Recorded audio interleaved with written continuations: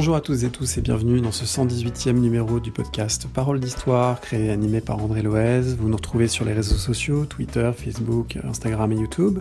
Vous nous retrouvez sur le site paroledhistoire.fr. En cette période de confinement, nous explorons des films et des séries historiques, aujourd'hui Rocky IV. Et vous pouvez retrouver tous les épisodes du podcast antérieur qui portent notamment sur des livres, sur des débats historiographiques ou d'autres questions. Très bonne écoute.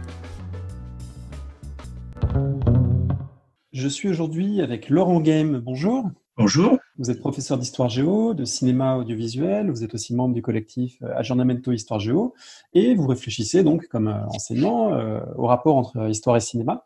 Et c'est pourquoi vous avez proposé qu'on discute du film Rocky IV, sorti en 1985, de et avec Sylvester Stallone.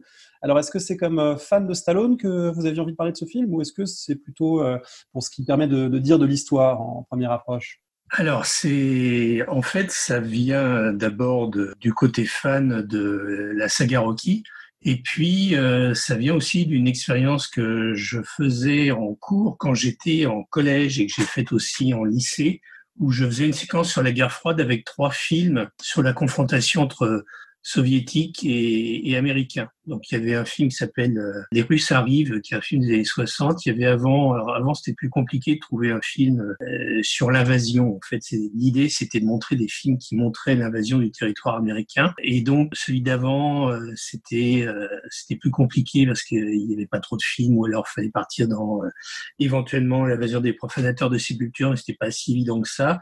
Et puis après, il y avait un film de 1984 qui s'appelle L'Aube rouge, dont il y a eu un remake, un film de John Milius.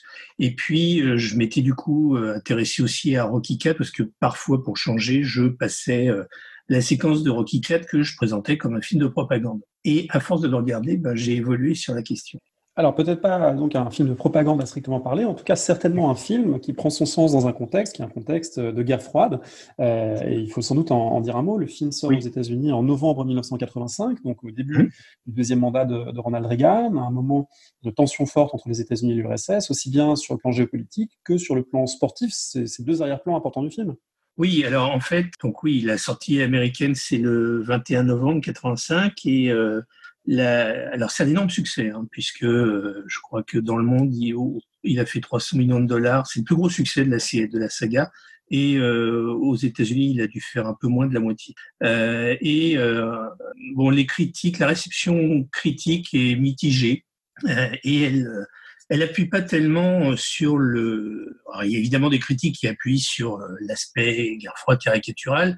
Il y en a beaucoup qui critiquent le film par rapport au début de la saga et notamment au premier et au style du film, aux multiples clips qui parsèment le film, qui critiquent le film sur le jeu des acteurs ou le non-jeu des acteurs, sur le scénario prévisible, les péripéties prévisibles. Et en fait, la lecture idéologique, elle est beaucoup plus française, parce que quand le film sort en France, il sort le 22 janvier 86, et à peu près toute la critique le démolit comme un navet reaganien de propagande. Sauf une revue qui s'appelle Starfix, qui, elle, n'a pas du tout la même lecture du film. Mais sinon, la critique française le critique comme ça. Et alors, il y a un contexte là-dessus, puisque le film est sorti aux États-Unis la même année que Rambo 2. Et en fait, il a été tourné à peu près au même moment que Rambo 2. Il est très dans la suite de Rambo 2, même si vous en aviez déjà parlé. Rambo 2, c'est pas Stallone qui l'a réalisé, même si Stallone, lorsqu'il tourne un film, même si le réalisateur, il met tellement son nez dans la réalisation que on devrait le créditer de co-réalisation et de co-écriture du scénario. Et le film aux États-Unis, Rambo 2, il y avait eu des critiques, alors là, conservatrices en faveur du film et des critiques qui dénonçaient son aspect, on refait la guerre du Vietnam. Et Rocky en France, Rambo 2 en France avait été démoli comme un film reaganien de la même façon.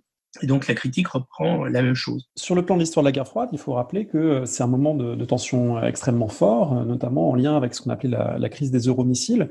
On n'est pas du tout dans un moment pacifié de la guerre froide qui va se terminer, on ne le sait pas encore, quelques années plus tard, mais au contraire, on est à un moment où Reagan a dénoncé l'empire du mal soviétique, où le risque nucléaire en Europe est plus fort sans doute qu'il ne l'a jamais été. Donc là, c'est aussi un paroxysme de tension qui joue sur les lectures du film. Oui aussi. Et puis, Reagan vient d'être élu, il y a eu le boycott des Jeux Olympiques de Los Angeles l'année d'avant. Et en même temps, il y a des initiatives qui commencent à apparaître. Alors évidemment, fin novembre, puisque il y a les premiers signes, pas de dégel, mais de propositions de négociation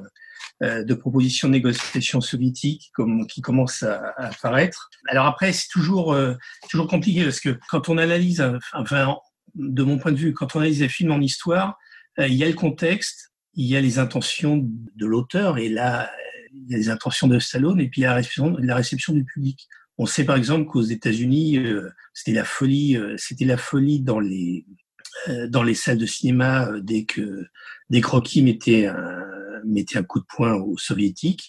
Et comme ça avait été la folie l'année d'avant avec l'Aube rouge, au tel point qu'il y a des tas d'équipes de football américain qui avaient pris le nom de Wolverine en hommage au film. Et donc, voilà, est-ce que le public réagit au contexte international, réagit à une ambiance? Je suis pas persuadé que le public français réagit vraiment, que la critique française réagit au contexte international. Ça sûrement. Après, le film a quand même été un succès mondial. Comme je disais, c'est le plus gros succès de la saga.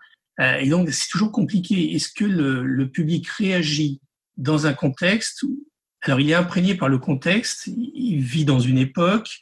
Le public américain a plus forte raison. Je pense que le public américain a vu le film comme un film anti-soviétique, un film de guerre froide. Les critiques américaines, c'est pas là-dessus qu'à mettre l'accent. Ils sont pas mal chamaillés sur Rambo, et Rocky, il est vraiment analysé comme, à l'époque, le moins bon film de la série, mais sur d'autres critères, et pas tellement sur l'aspect guerre froide, même si l'aspect guerre froide est inconditionnel dans le film. Et pour Stallone, alors Stallone s'est toujours défendu d'avoir fait un film politique. Il a toujours dit, j'ai pas fait un film politique. Sur Rambo 2, Reagan avait rendu une sorte d'hommage à Rambo 2. Sur Rocky, rien. Et puis, il y a le message de la fin qui rend les choses un poil plus compliquées, même si... Alors ça, on va y revenir. Peut-être qu'il faut commencer par poser un petit peu le décor de ce film. On n'a pas encore raconté l'intrigue. Oui. Il est vrai que le film il a été critiqué pour son scénario, et il faut dire que ce scénario tient quand même sur un timbre-poste. Oui. C'est la visite d'un sportif soviétique aux États-Unis, et s'ensuit une série de matchs de boxe. Est-ce que tu peux rappeler en 2 mots de quoi il s'agit? Alors, en 2 mots, donc, ça vient à une période où, dans l'histoire de la saga, Rocky a battu, dans l'épisode 3, une sorte de surboxeur noir qui s'appelle Mr. T, qui a joué dans l'Agence Touriste. C'est Clubber Lang, donc, dans le film Rocky 3, qui incarne, en fait, aussi le personnage un peu du Angry Black Man, le noir en colère, que Rocky vient aussi ramener à la maison. On peut aussi faire une lecture, disons, conservatrice de cet épisode, mais c'est peut-être pour une autre fois. Oui. Même si, bon, là encore, c'est compliqué parce que il y a Apollo Creed avant, dans le 1 et le 2, qui est le champion noir. Dans le 3, il y a encore un champion noir. Le 4, la différence, c'est que donc Stallone va affronter un boxeur blanc. Donc au début du film, voilà, Stallone Rocky et Apollo Creed profitent des fruits de leur gloire, vivent dans le luxe et l'opulence jusqu'à ce qu'ils soient défiés par un boxeur, par le champion du monde poids lourd, champion olympique poids lourd amateur, qui est un boxeur soviétique, puisqu'il y a aussi un championnat amateur et des médailles olympiques amateurs, et qui vient les défier sur leur propre terrain pour un match amical. Donc l'idée, c'est de défier Rocky. En fait, son ancien adversaire et ami, Apollo Creed, qui vit mal la fin de sa carrière, veut absolument remonter sur le ring pour affronter le soviétique dans une sorte de défi qu'il se donne à lui-même parce qu'il considère que sa carrière est finie, qu'on l'a oublié. Il est jaloux de Rocky. Et donc Rocky le laisse y aller, et c'est le premier combat du film. Et à la fin de ce combat, le soviétique tue Apollo Creed. Et donc Rocky décide de partir cette fois-ci en URSS sur le terrain de l'ennemi pour venger son ami et combattre le soviétique, en pensant d'ailleurs que le soviétique est à peu près invulnérable. Et donc il part en URSS affronter Ivan Drago, qui est joué par Dolph Lundgren, Et alors je sais pas si je dois raconter la fin, même si je pense que tout le monde la connaît. C'est comme toujours dans les Rocky, hein. Il en prend plein la tête pendant 15 rounds et à la fin il gagne. Voilà.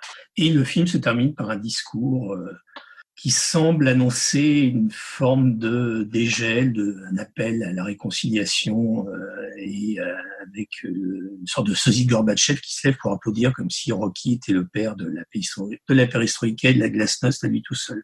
Alors, c'est d'ailleurs intéressant de voir un personnage qui joue Gorbatchev, parce que Gorbatchev en fait vient d'arriver au pouvoir en 85.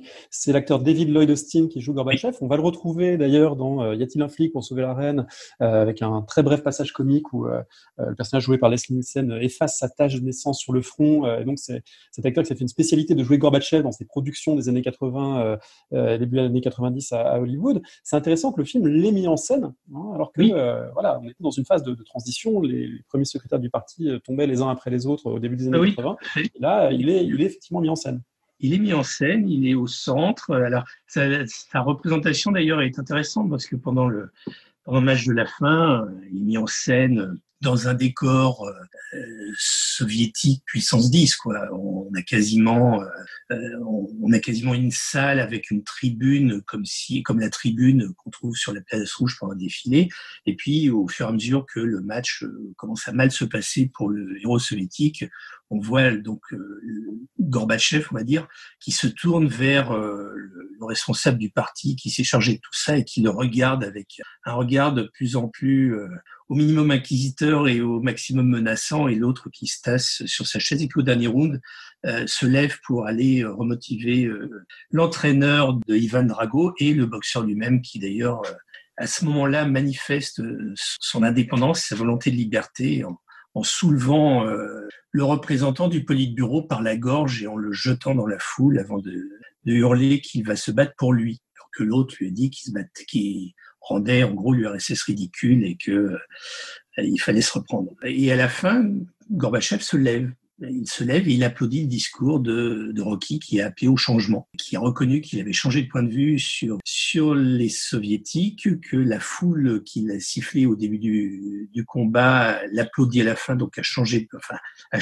point de vue pendant le match. Et donc il a cette réplique: si j'ai changé, si vous avez changé, tout le monde peut changer. C'est une fin tout à fait étonnante puisque tout le film est construit sur l'antagonisme qui semble absolu, à la fois dans les aspects des protagonistes, dans la manière dont ils s'entraînent, dans la dimension idéologique, leur apparence, etc., etc. Et ça se termine par une sorte d'appel à la réconciliation générale fait par Rocky au milieu du ring, Rocky victorieux. Il n'aurait peut-être pas dit ça s'il avait perdu, mais maintenant qu'il a gagné, il peut dire, voilà, vous avez changé, j'ai changé, on peut peut-être tous changer. Et c'est ça qui vient compliquer un peu la lecture politique du film. Oui, d'autant qu'il ajoute que ce sont deux gars qui sont affrontés et c'est mieux que 20 millions. Voilà, le sport comme une transposition ou sublimation de l'affrontement réel. Alors ceci dit, cet affrontement réel, il est quand même bien présent dans une bonne partie du film. Si on revient un petit peu au début, il faut peut-être dire un mot de la façon dont Ivan Drago, joué donc par Dolph Lundgren, donc acteur suédois si je ne me trompe pas, immense, bodybuildé, ce rôle d'ailleurs a un peu poursuivi, je crois, parce que ça n'a pas été simple ensuite. Il était très associé à Drago pendant longtemps à Hollywood. Comment Drago est-il présenté? Qu'est-ce que ça dit des représentations qu'on peut se faire du sportif de l'Est? Rapidement sur Dolph Lundgren, donc il fait 1m93 et 108 kg alors que Stallone faisait 1m70 et poussière et 80 kg. Donc il y avait une véritable différence physique qui a posé un problème à Stallone d'ailleurs. Il a fallu qu'il s'entraîne beaucoup. Alors il avait fait pour Rambo 2 8 mois d'entraînement à raison de 4 heures par jour, et puis pendant le film on l'a beaucoup huilé pour que ses muscles ressortent face à Dolph Lundgren. Et pendant le tournage, Stallone avait insisté pour qu'il se batte vraiment, et Lundgren l'a envoyé 8 jours à l'hôpital d'un grand coup de poing dans la poitrine qui lui a posé un léger problème cardiaque. Donc c'était pas pour rien. Dolph Lundgren avait été repéré d'ailleurs, c'était de mémoire un étudiant en sciences, je crois, aux États-Unis. Il avait été repéré dans une boîte de nuit par Grace Jones. Il était devenu son garde du corps dans tous les sens du terme. Il a pris un rôle pour lequel Schwarzenegger avait été pressenti. Alors, de mon point de vue, c'est intéressant parce que qu'est-ce qu'on nous montre? On nous montre une espèce de montagne de muscles qui s'appelle Ivan Dragon. En fait, Ivan Drago. Drago, ça fait penser à Dragon. Ivan, ça fait penser au prénom qu'on pourrait donner à tout Russe quand on est américain. J'imagine qu'on a pensé vite à ça, donc on est un peu dans le stéréotype, et en même temps, cette espèce de surcréature, très aryenne, au sens nazi du terme, grand, blond, les yeux bleus, la mâchoire d'acier, tout le temps, quasiment tout le temps filmé en contre-plongée pour l'agrandir encore plus, rendre encore plus imposant, qui ne parle quasiment pas de tout le début du film. Et quand il parle, c'est d'une voix absolument neutre et métallique. Enfin, il est présenté constamment comme une machine. Et d'ailleurs, dans le combat final, l'entraîneur de Rocky lui dit, ça n'est pas vous, non, c'est Rocky qui se rend compte que ce n'est pas une machine, c'est un homme. Et de l'autre côté, tout de suite après, Ivan Drago ajoute qu'il n'est pas humain en parlant de Rocky. Et donc, Ivan Drago, il est montré comme une machine. Il s'entraîne comme une machine, il s'entraîne avec des machines, il a une puissance d'impact terrifiant, puisque j'avais noté ça, 830 kilos, ça frappe, c'est 830 kilos par pouce carré, alors qu'une frappe normale, c'est 310. Enfin, c'est le membre du Politburo qui insiste là-dessus devant la presse. C'est les années 80, c'est le milieu des années 80. Dans le cinéma américain, c'est des années où il y a tout un tas de films d'action qui mettent l'accent sur le corps. Il y a une représentation du corps musclé, du surhomme. D'ailleurs, avant le premier combat contre Apollo Creed, il y a des inserts où on voit des unes de journaux de boxe. Et sur ces unes de journaux de boxe, on peut lire à un moment Superman contre Super Hype en parlant d'Apollo Creed. Et donc, Ivan Drago, c'est une sorte de super-héros soviétique, de Superman soviétique, qui assène des coups de poing qui arracheraient la tête à n'importe quel être humain, mais pas à Rocky, évidemment, sinon non, il n'y a plus de film. Et qui est présenté au premier combat, ils alignent une liste de surnoms, et Ivan Drago, il est présenté comme le taureau sibérien, ou comme dans un autre moment du film, il parle d'express sibérien. Taureau Express, une image de la force brute. Et ce qui est intéressant, c'est que la force et la machine dans le cinéma des années 80, c'est Schwarzenegger. Ça, clairement, Schwarzenegger, c'est un surcorps, c'est un surêtre. C'est le héros riganien, c'est soit Schwarzenegger, soit des héros musclés sur un culte du bodybuilding qui vient d'ailleurs en grande partie de Schwarzenegger, ou alors c'est des héros du quotidien, comme Bruce Willis dans Piège de cristal. Et là, voilà, ça aurait été quelque chose de voir le même film avec Schwarzenegger en héros soviétique. Et d'ailleurs, Schwarzenegger a joué le héros soviétique plus tard, puisqu'en 88, Walter Hill tourne un film qui s'appelle Double détente, où Schwarzenegger joue un policier soviétique qui vient enquêter aux États-Unis. Le film est intéressant, c'est le premier film américain à avoir eu accès à la place rouge et à avoir tourné en décor naturel en URSS. Et là, Schwarzenegger joue, comme d'habitude, sorte de machine, mais là, un policier à la mâchoire d'acier qui passe son temps à montrer ses muscles. Dolph Lundgren, c'est pareil. C'est pareil avec une dimension qui rend cet étalage de muscles critiquable du point de vue du film et du point de vue américain, c'est qu'il y a une dimension artificielle, il y a d'abord toutes ces machines qui l'entraînent, qui l'assimilent à un robot, et donc quelque chose qui est loin de la spontanéité du bagou de Rocky et d'Apollo Creed eux-mêmes. Et puis, il y a aussi ces piqûres, ces injections de stéroïdes, les soupçons qui sont rappelés au moment de la conférence de presse. Et ça fait référence, évidemment, à des choses qui se disent à l'époque, des athlètes de l'Est, Marita Kor, la recordwoman du monde du 400 mètres, voilà, qui était dopée, les nageuses allemandes qui étaient dopées. C'était des choses qui se disaient et qui se savaient, même s'il n'y avait pas encore eu l'immense scandale du dopage de Ben Johnson à Séoul au JO de 88. Il y avait malgré tout un arrière-plan de critique de la machine du sport soviétique et aussi de critique de leur statut, puisque ce boxeur amateur, en fait, on comprend qu'il est beaucoup plus professionnel que les professionnels. C'est aussi cette idée que l'URSS a dévoyé le statut d'amateur, parce que c'est un amateur, parce qu'il ne gagne pas d'argent, il n'est pas dans le système marchand, mais c'est un amateur, en fait, qui s'entraîne plus qu'un professionnel et qui est comme une machine. Oui, tout à fait. Et d'ailleurs, dans le film, il est marié avec Brigitte Nielsen, qui parle à sa place d'ailleurs, qui est grande blonde, qui est une sorte de clone féminin, où lui est un clone masculin d'elle, et elle est double médaillée olympique de natation. Natation qui était un des spots de dopage, notamment en Allemagne de l'Est. Les Jeux allemandes était célèbre pour ça. Elle a gardé sa féminité. Au moment du deuxième combat, lorsque Ivan Drago arrive, il est filmé avec une musique qui est une musique de machine.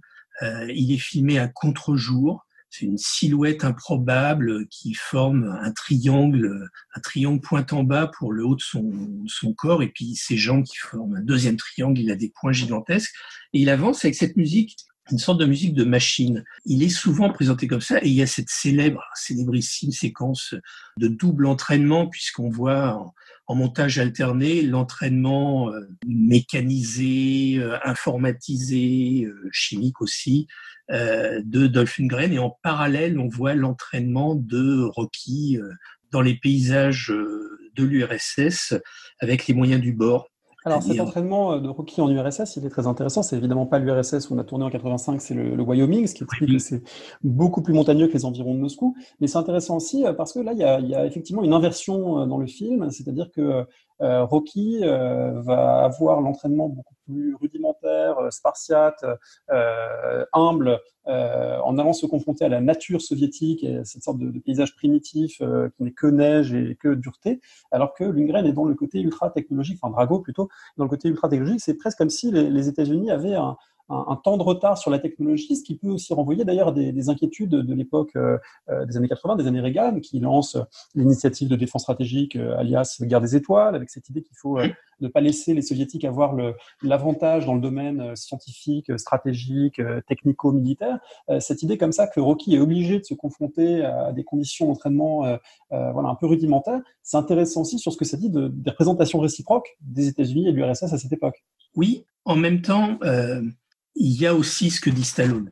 Parce que on voit, au moment du premier combat, il y a une conférence de presse où on invite les journalistes à voir l'entraînement d'Ivan Drago. C'est là où on explique sa puissance d'impact, etc.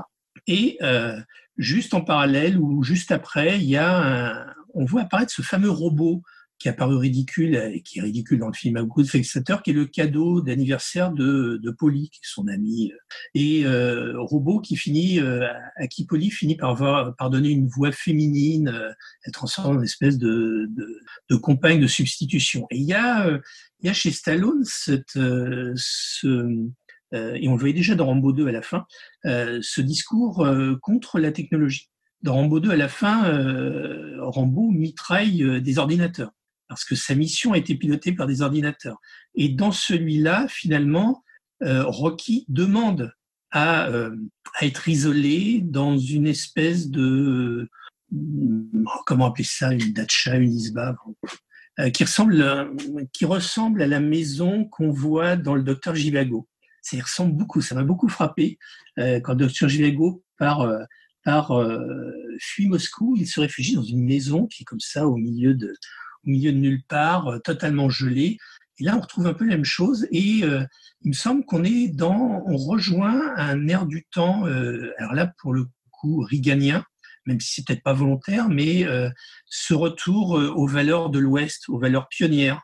Et donc, on le voit, en gros, il vient dans la petite maison dans la prairie, même s'il n'y a pas de prairie, mais on est quand même au Wyoming, sans le savoir. Et puis, il coupe du bois, il court dans la neige, il soulève des charrettes, il s'entraîne avec du matériel agricole, et puis il finit, pas sur les escaliers de Philadelphie, mais par escalader une montagne. Tout en déjouant la surveillance des agents du KGB qui sont censés veiller sur lui, entre guillemets, et encadrer son séjour. Un séjour qui est quand même présenté comme aussi un portrait de la Russie, d'une terrible arriération. J'ai d'ailleurs noté que lorsqu'il arrive en avion en Russie, c'est censé plus ou moins être à l'aéroport de Moscou, il arrive dans un aéroport de campagne profonde, à bord d'un avion DC-3 à hélice, comme s'il n'y avait même pas d'avion à réaction en Russie. C'est quand même assez drôle, le passage. Oui, tout à fait. Je crois que ça a été tourné à Vancouver, mais je crois avoir lu ça. Oui, c'est une vision de l'URSS qui est très datée. Alors après, il se rattrape à la fin en disant je ne vous connaissais pas. C'est dans le discours de la fin. J'avais des idées sur vous, une image de vous, mais je vous connaissais pas bien. Mais en même temps, oui, il y a cette image d'un pays. Et c'est ambigu parce que d'un côté, un DC-3 hélice et de l'autre côté, un entraînement ultra technologique d'Ivan Drago. Donc, où est l'URSS? C'est ça qui est très étonnant. En fait, on voit pas l'URSS.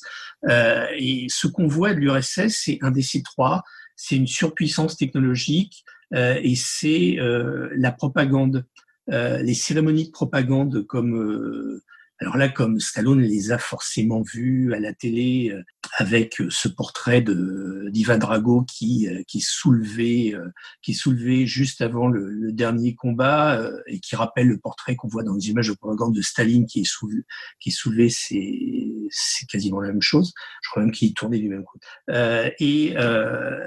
C'est très ambigu comme vision de l'URSS. C'est d'autant plus ambigu, si vous vous souvenez, quand il descend de l'avion, Pauly dit quelque chose sur la construction du mur de Berlin. C'est quand même pas moi qui ai construit le mur de Berlin. Il appelle un soviétique Popov. Mais en même temps, les propos sur les soviétiques, c'est jamais Stallone qui les tient. C'est toujours d'autres personnages. Notamment les personnages de journalistes avec cette scène de conférence de presse, d'antagonisme maximal. C'est vraiment là où on sent le plus le climat de guerre froide, avec aussi l'idée qu'on fait passer que c'est la première fois finalement que la délégation soviétique est confrontée à une presse libre et à des vraies questions, et du coup ils se sont quand même décontenancés par des questions gênantes sur le système soviétique, sur le mur de Berlin, sur la manière de s'entraîner de Drago, etc. Si vous vous souvenez, Brigitte Nielsen, donc l'épouse de Drago, répond par une plaisanterie. Il s'entraîne en mangeant des épinards, comme votre héros Popeye. Voilà, et elle renvoie le stéréotype. Et la première conférence de presse qu'on voit, où Apollo Creed finit par manquer de se battre avec Ivan Drago, il y a un antagonisme très clair, et il s'affronte non pas avec le boxeur ni avec son épouse, mais avec le membre du Politburo. Et à la fin, il part et il dit Stallone, enfin Rocky, est-ce que j'ai été bon? C'est-à-dire qu'en fait, on comprend que cet affrontement, il a été joué. En fait, il a joué l'affrontement comme, alors ça c'est très fréquent dans ces grands combats de boxe où il manque d'en venir, enfin les deux combattants manquent d'en venir au point et en même temps c'est pour la galerie. Alors là, le membre du Politburo lui fait une réponse il fait une réponse sur la faiblesse de la société américaine et qu'on va vous battre. Il est filmé en contre-plongée sur fond de drapeau américain. Et là, il est bien mis en puissance. C'est ça qui est très intéressant. C'est que par moments, Stallone filme au moyen de la contre-plongée. Il utilise dans les stéréotypes de la contre-plongée. Il met à certains moments les personnages en puissance. Et il met souvent les soviétiques en puissance dans une partie du film, et dans l'autre partie, il les filme comme des personnages plus faibles. Il y a une dernière scène peut-être dont il faut parler qu'on n'a pas mentionné, c'est ce qui entoure le premier combat donc entre Apollo Creed et Ivan Drago, cette extraordinaire représentation scénique où James Brown et ses danseuses font un énorme show à l'américaine. Drago a l'air très perturbé, tout robot qu'il est par ce qu'il voit. Comment interpréter ce passage qui a joué, je pense aussi, dans la perception du film en France par exemple, comme voilà un instrument de propagande patriotique américaine. Oui, alors pour moi, c'est pas la bonne lecture. C'est une séquence très étrange parce que donc il y a James Brown, il y a ses danseuses et son orchestre, il y a Ivan Drago et le staff soviétique qui sont totalement perdus dans ce grand hôtel de Las Vegas au milieu des paillettes, des flashs, des lumières et de la musique. Et il y a Apollo Creed qui est habillé en Oncle Sam avec un short aux couleurs du drapeau, mais qui vient des films antérieurs. Le short n'est pas apparu là, il apparaît je crois que c'est Apollo Creed qui le donne à Stallone, et Stallone le porte plus tard, enfin à Rocky, et Rocky le porte plus tard dans le film, et qui danse autour d'Ivan Drago sur la chanson de James Brown, Living in America. Et la première apparition d'Apollo Creed, c'est devant une espèce de gigantesque sculpture d'un bœuf ou d'un taureau qui se disloque et qui est couleur or. Et moi, en fait, ça me fait penser au veau d'or qui s'effondre. Et finalement, à la fin de la séquence, Apollo Creed est tué. Et Stallone le prend dans ses bras et on a une image de Pietà. Ça, il y a quasiment un arrêt sur image, c'est une Pietà. Et je pense que là, le film tient un discours qui est un discours sur, voilà, les États-Unis les États-Unis ont perdu leur force parce qu'ils vivent dans le luxe, l'opulence, la fête permanente. Et tout ça va s'effondrer. Le veau d'or est toujours debout, en gros, et il va s'effondrer. Et en face, on a ce soviétique qui, lui, est venu pour gagner. Il est venu pour se battre au nom de son pays et gagner, alors qu'en face de lui, il a celui qui est présenté comme super hype avant, et qui, lui, vit dans la richesse, l'adulation, même s'il se sent oublié au profit de Rocky, et qui n'a pas pris le match au sérieux. Et je pense qu'il y a un discours sur les États-Unis qui n'ont pas pris la menace au sérieux. En même temps, ce discours de retour à des valeurs plus rigoureuses, à un entraînement plus ascétique, qui est celui de Rocky plus tard, on le trouve déjà dans d'autres films on le trouve déjà chez Stallone dans le numéro 3, où il finit par se battre contre des géants de catch, il arrête la boxe en gros. Est-ce que c'est un discours qui critiquerait les années Carter? En gros, c'est prof d'histoire, je pense tout de suite à ça. Il dénonce les années Carter, l'affaiblissement et America is back, le slogan de campagne de Reagan, mais America is back en retournant aux valeurs de l'Ouest et des pionniers.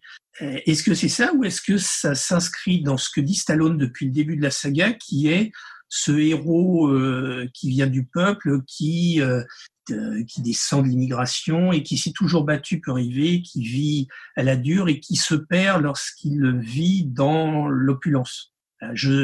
Alors, c'est un peu étrange, d'autant que dans la même séquence, on voit un moment Paulie, l'entraîneur de Rocky, et Rocky arriver, et Paulie regarde ça, ils regardent ça tous les trois, mi-amusés, mi-surpris, et Paulie prend une espèce de sceptre qui fait partie du décor, et ce sceptre, c'est une tête de mort surmontée de plumeaux. Et on trouve quasiment la même représentation dans une autre séquence d'un film de 1933, qui est King Kong, où on voit présenter au public cette créature entourée de danseurs noirs, représentés comme des sauvages. Alors là, ils n'insistent pas sur ce truc-là, mais en même temps, il est là. Bon. Et en même temps, je pense qu'on ne peut pas accuser le film de racisme. Enfin, voilà. Dans les films précédents, il n'y a jamais eu le soupçon de ça. Moi, je pense que plutôt, il y a ça. Il y a un autre aspect, il y a cette dénonciation de l'affadissement probable de la société américaine. Puis il y a peut-être autre chose qui a frappé Stallone, c'est qu'en 84, les athlètes noirs qui gagnent aux Jeux Olympiques de Los Angeles s'entourent du drapeau, notamment Carl Lewis. James Brown, là, il chante Living America, et quand on regarde le clip, puisqu'on n'a pas tout le clip, on n'a pas le clip et on n'a pas toute la chanson dans le film, il finit quand même par je vis aux États-Unis et j'aime ça, ou et c'est bon. Alors que dans les années 60, il chantait je suis noir et j'en suis fier. Donc, pour moi, le film montre à ce moment-là, voilà, les Noirs américains qui ont changé de position par rapport aux États-Unis, qui sont fiers d'être américains et d'être dans le drapeau. Vous voyez ce que je veux dire? Comme Oui, Carl Lewis. avec en plus évidemment un Apollo Creed socialement intégré à la famille de Rocky, ils prennent le repas ensemble. Donc là, le rêve américain, il est tout à fait réalisé. Et pour ce personnage, il l'était d'ailleurs dès le départ. Alors c'est évidemment une saga qui a continué. Il faut notamment voir le film Creed avec Michael B. Jordan qui joue l'héritier d'Apollo avec un Rocky malade et vieillissant. C'est tout à fait intéressant comme prolongement. Cette fois. Prolongement on pourrait dire des années Obama. Et peut-être que ce sera pour une autre fois. Pour terminer, est-ce que vous avez un conseil de lecture qu'on pourrait partager pour ceux et celles qui nous écoutent? Alors, le conseil de lecture, et là, vous aurez plein de choses sur le héros riganien, et notamment le culte du corps, c'est un livre qui a été publié sous direction de Frédéric Gimelot-Mesplon, qui s'intitule « Le cinéma des années Reagan, un modèle hollywoodien ». Point d'interrogation, c'est paru au Nouveau Monde Édition, et ça date de 2007. Et notamment, ça insiste beaucoup sur le côté qu'on n'a pas beaucoup abordé, qui est le côté en quoi ce film-là est représentatif d'un cinéma reaganien, et reaganien sans volonté de propagande, d'un cinéma typique des années 80 aux États-Unis, qu'on appelle aux États-Unis le cinéma d'action reaganien, et et ce film-là en particulier, Rocky IV, est un film qui intègre beaucoup l'esthétique du clip. C'est même un des premiers, peut-être même le premier, à intégrer à ce point l'esthétique du clip. Il y a 3 clips dans le film. Des moments où une chanson qui correspond totalement à l'action est filmée avec une esthétique de clip, des moyens de montage et de réalisation cinématographique du clip, quelque chose qui a fait des émules après. De la même façon que la façon de filmer le combat, ça, je tenais juste à le dire si j'ai le temps, le premier combat, il est filmé, c'est là-dessus que la revue Starfix avait insisté, elle a sorti en 86, il est filmé comme la scène de douche dans Psychose de Hitchcock, c'est-à-dire que le montage est fait sur les coups de poing. Un coup de poing, un cut, un raccord cut. Et donc, ça donne une impression d'omniprésence et de boxeurs soviétiques qui déchirent l'écran. Et cette esthétique-là du combat et de la façon de filmer le sport, on la retrouve souvent après. Il y a un film qui est un film d'Oliver Stone en 1999 qui s'appelle Any Given Sunday. J'ai oublié le titre en français, qui est un film sur le football américain. C'est l'enfer du dimanche. Voilà, l'enfer du dimanche, qui est un film formidable et qui est un film qui alors surcoupe l'image pour donner de l'action. Et en même temps, ce film-là, il s'inscrit, à mon avis, dans une lignée qui commence avec Superman, à la fin des années 70, qui explose dans les années 80. C'est le film d'action avec une sorte de super-héros et qui va entraîner plus tard, qui est probablement une des matrices et du film d'action.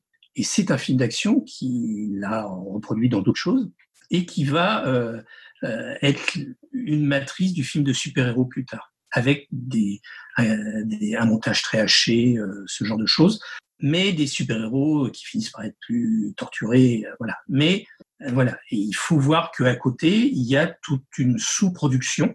C'est un film qui a été copié, mais il y a une sous-production de films qui sont, alors là encore, qui sont encore plus patriotiques, nationalistes, propagandistes, style Invasion USA ou des choses de genre avec Chuck Norris.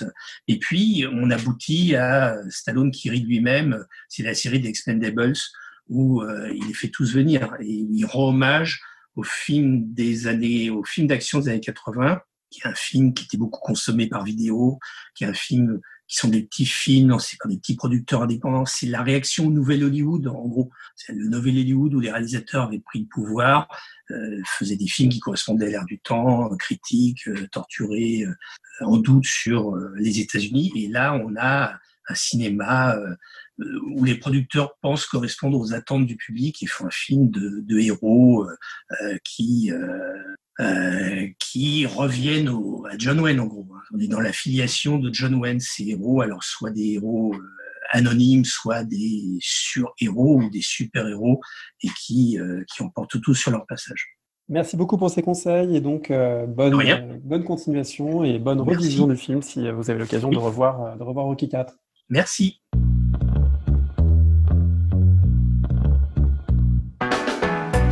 Merci de nous avoir écoutés. Rendez-vous sur le site www.paroledhistoire.fr pour toutes les informations sur le podcast, pour vous abonner, écouter ou télécharger les autres émissions.